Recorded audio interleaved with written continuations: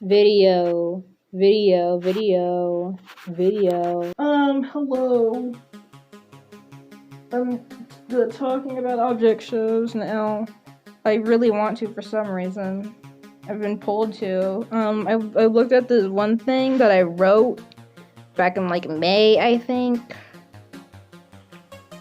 May 21st. Haha, 21. And it's been a whole month now, and my opinions on it are still about the same. Maybe some examples could be a little different, I don't know. But I guess I wanted to talk about it, I guess. Don't take this as a matter of fact or like law or anything, cause like, I don't know. I'm an outsider looking in and I care. I think. Well, not that I think I care. I think I don't know if I'm an outsider or not looking in. But I do care very much. And that is things that I wish object shows would do more often. 2 things. According to like going off of object shows that I personally have seen and things that are out as of now, this is what I'm written it off of, you know?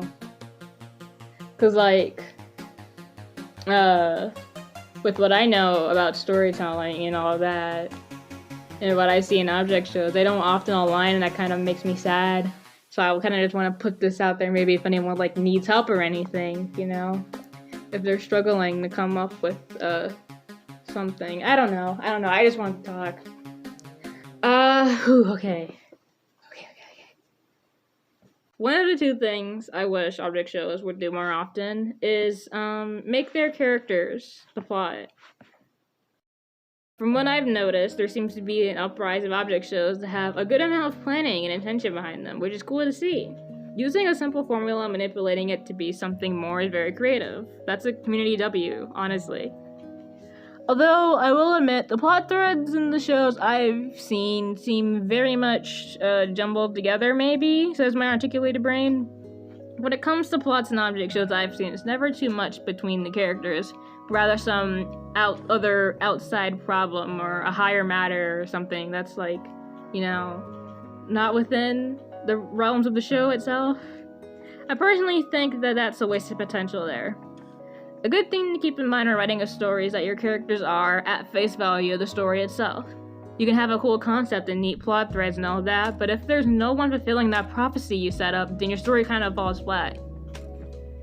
I did note here that non-competition shows should probably take note. I don't know why I do this, but like, I don't know. I think if you were to make a non-competition show, that would kind of be a good place where like, maybe you want to consider that. I don't know. The plot should center around your character's desires, fears, and beliefs they hold, and how the story they're set in challenges these beliefs. Say, for example, one of my contestants has a goal of getting $1 million prize in an object show. There could be many characters that want this too. It's fine for characters to have similar goals, but why they want these things so badly should vary from person to person. Maybe one contestant believes that money buys happiness, giving them the innate desire to be happy, and the fear of spending the rest of their life in shambles by missing such a grand opportunity. Maybe another contestant doesn't want the bucks, but they do want to compete just for the sake of it, meeting new friends, having fun experiences, and the like. This character believes that happiness lies in the connections you brew yourself, and might desire a sense of belonging, while having a fear of missing out, or FOMO rather. These characters' beliefs about what makes one happy can tie into a theme of happiness for your show, and the lengths one will go to achieve such happiness. This theme and your characters will further enhance your plot and might give off the illusion of just your regular competition show, when really, if you read between the lines, there's so much more to it. I thought about saving this for the next segment, but let's look at BFB for example. BFB is a show about this dude named 4 who starts a competition show for a BFDI. Simple premise, but as we get to learn more about 4, especially in and towards the show's finale, we learn that he has a reason for what he does, making the plot of the show essentially just 4 living out his childhood dream. Boom! It's the nuance. And it didn't take a weird giant monster coming out of nowhere to, no, never mind. They did kind of turn into, well, it's still, it's still 4. In fact, showing him such a crazed beast further emphasizes his passion, I'd say. Which I guess could lead into number 2. The second thing of the 2 things that I wish object shows would do more often is focus on internal conflict. This is one that I know for sure the object shows lack in. Not saying that they're not out there, but they're lacking. Object shows, I caught you lacking. Similar to how the characters form your plot, their desires, beliefs, and fears, and give your show a layer of depth, internal conflict can solidify this further. To reference, I was watching Wuggalow's video on writing in her object show tip series just this morning. In the mini segment about plotlines, she mentions how object shows will have a grand focus on the plot early in the series, and then just drop it over time. I'll put a little timestamp in there. Object shows can definitely have cool plot lines. That's what keeps them interesting. However, a common trend in object shows is that the huge plot line will rise in episode 1 or 2, and finish in episode 4. Then nothing really important happens in the rest of the episodes, and the plot line is ignored and forgotten about.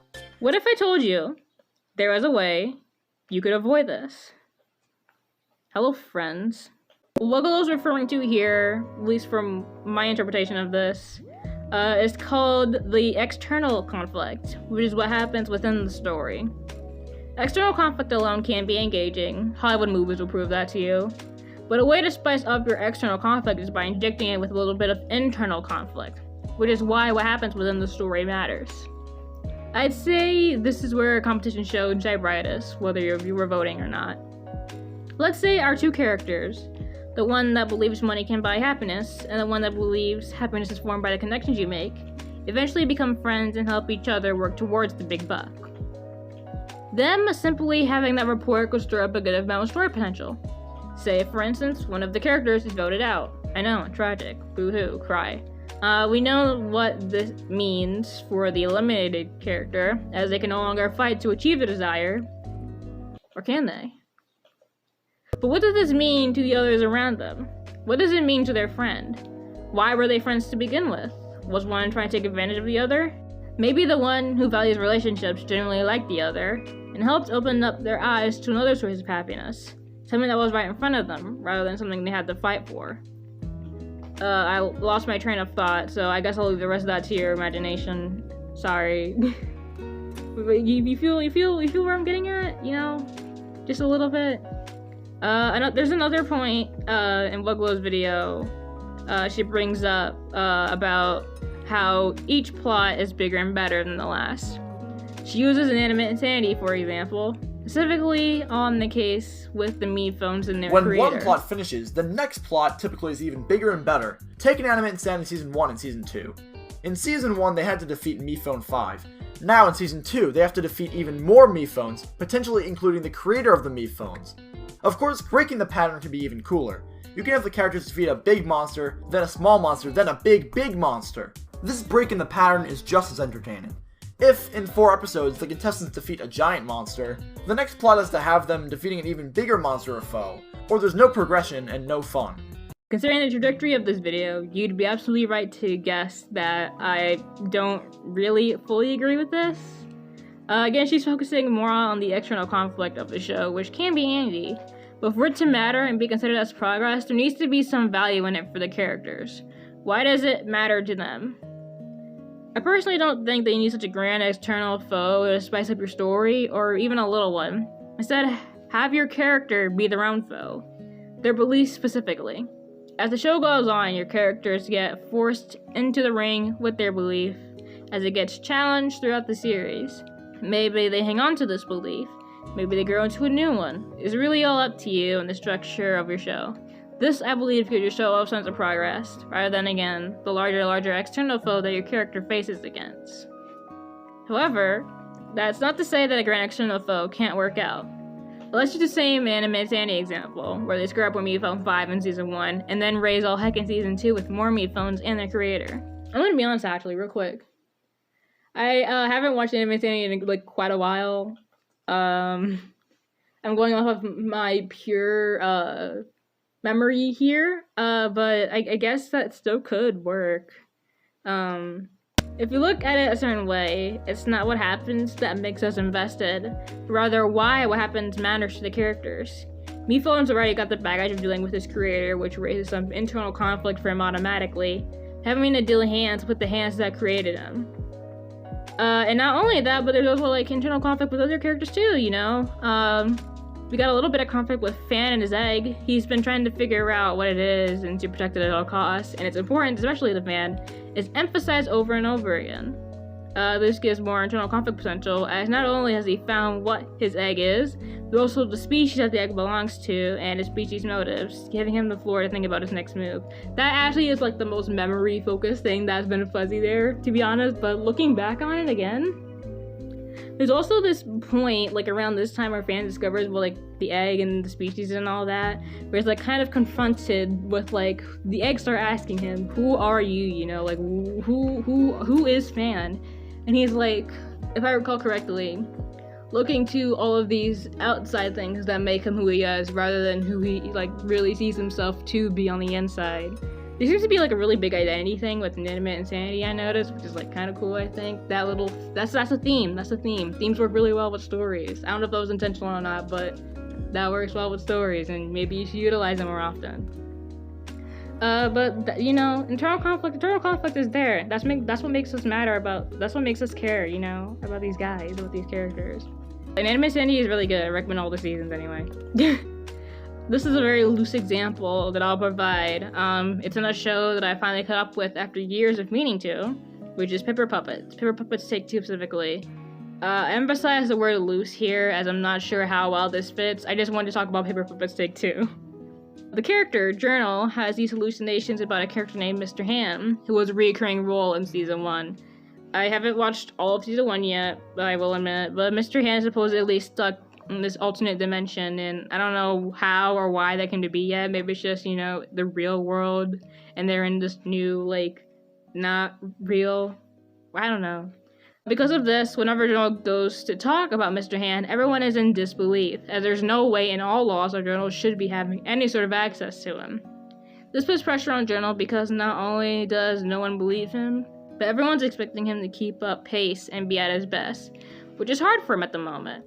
That's all I'll say about that, because I could go on, and this could very easily become a Paper Puppets talk. I do want to admit, though, I do want to say, wasn't Journal eliminated?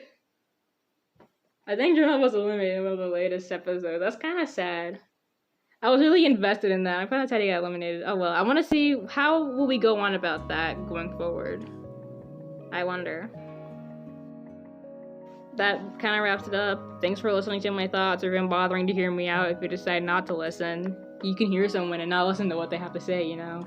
That's what I recommend you take from this. Don't listen to me, just hear me out. If you choose to listen, then that's cool. If you choose not to listen, just to hear me out, that's also cool. I just want to talk.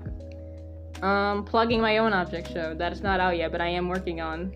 Look out for that, maybe? I don't know. It's been a month since I've talked about that. Also, add something to the video. My brother wants to add something to the video. BFB pre-split is good, not because it has good writing, but because it's funny. Okay, that's what I wanted to say. Sure, yeah, we can say that too. Yeah, see, exactly. Thank you for pointing that out. These elements will not guarantee that you have a good show, but it's a good starting point to make sure that maybe your writing is more intact. There are other things in object shows that can justify it and making it good, you know?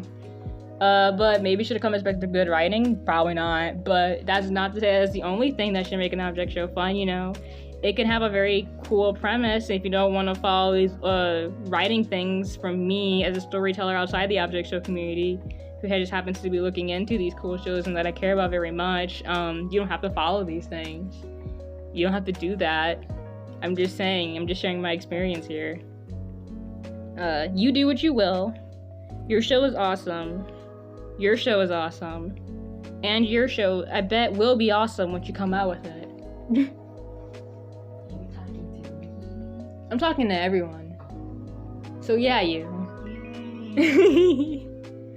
So thanks for watching. This is probably the most confident I've ever spoken ever in a video because no one is here but my brother, who also just did some voice work earlier. I'll plug him because he said something in the video. On Snapchat. Something I don't have and do not endorse. Okay, that's all. Bye. Oh wait, real quickly. Let's recap.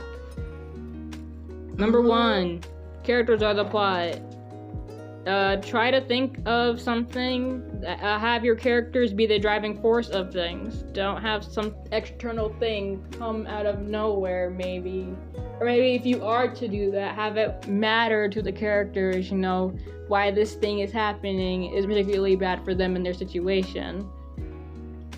or, you know, enhances, further enforces their beliefs, their goals, helps them push on in the show, you know, gives them motive to get that prize. Number 2, focus on the internal conflict. The internal conflict,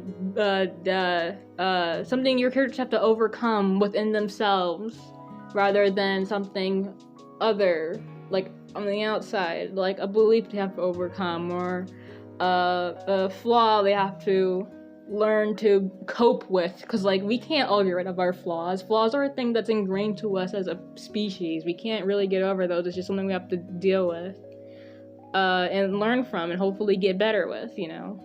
Watch Woogalow's video. Plural.